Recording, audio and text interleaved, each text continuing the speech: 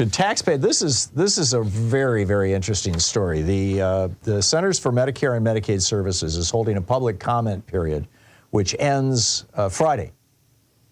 I think it's safe to assume that it actually ends Thursday, and Friday they're no longer accepting, but I could be wrong. But in any case, today is Monday.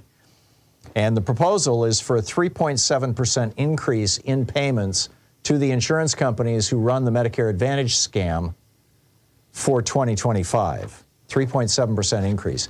These are the companies that ripped us off to the tune of $140 billion last year, according to PNHP, by using unethical practices like upcoding, calling patients sicker than they actually are, and denying care. 18% of the time, if you have a Medicare Advantage plan, when your doctor says you need something, a drug, a procedure, an X-ray, a scan, or an MRI, the insurance companies say, no, you can't have that. We won't pay for it. In fact, if we were to take that $140 billion a year that we paid to these insurance companies in excess of what we should have last year, the amount that we got ripped off from these companies, that would be enough money to include dental, hearing, and vision in Medicare, real Medicare and traditional Medicare, or totally eliminate the Part B premiums, so your Medicare is free, or to fund Medicare Part D prescription program, the prescription drug program. But no, we've got all these big insurance companies that are making literally hundreds of billions of dollars in profit. And what do they do with a small part of that profit? Thanks to five corrupt Republicans on the U.S. Supreme Court, they're kicking that back as bribes to Republican members of Congress. United Health, for example, saw a revenue of $371.6 billion last year, an increase of 15% over the previous year. Their net earnings increased by $1 billion to $22.3 billion. The CEO, Andrew Whitty, took $20 million in compensation in 2022. So, you can actually get over to regulations.gov. Apparently just gone off the edge, he said. Are we going to have Walgreens pharmacists with our refrigerated section? I mean, how's this going to play out?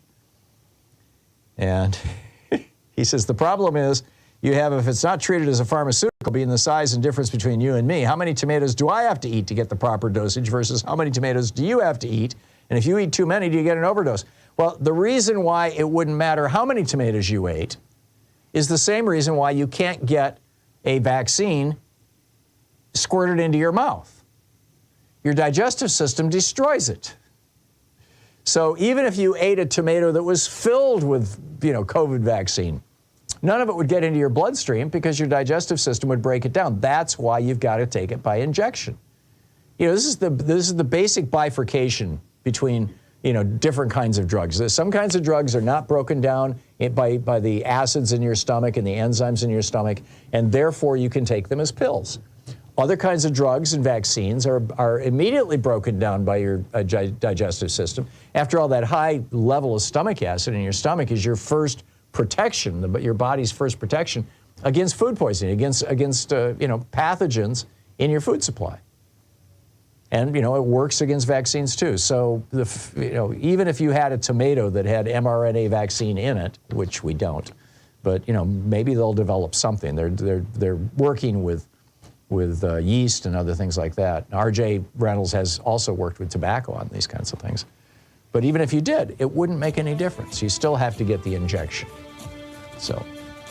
But Republican hysteria knows no bounds, particularly when it comes to vaccines. Ooh, they're really freaked out, which is why they're having a measles explosion down in Florida right now.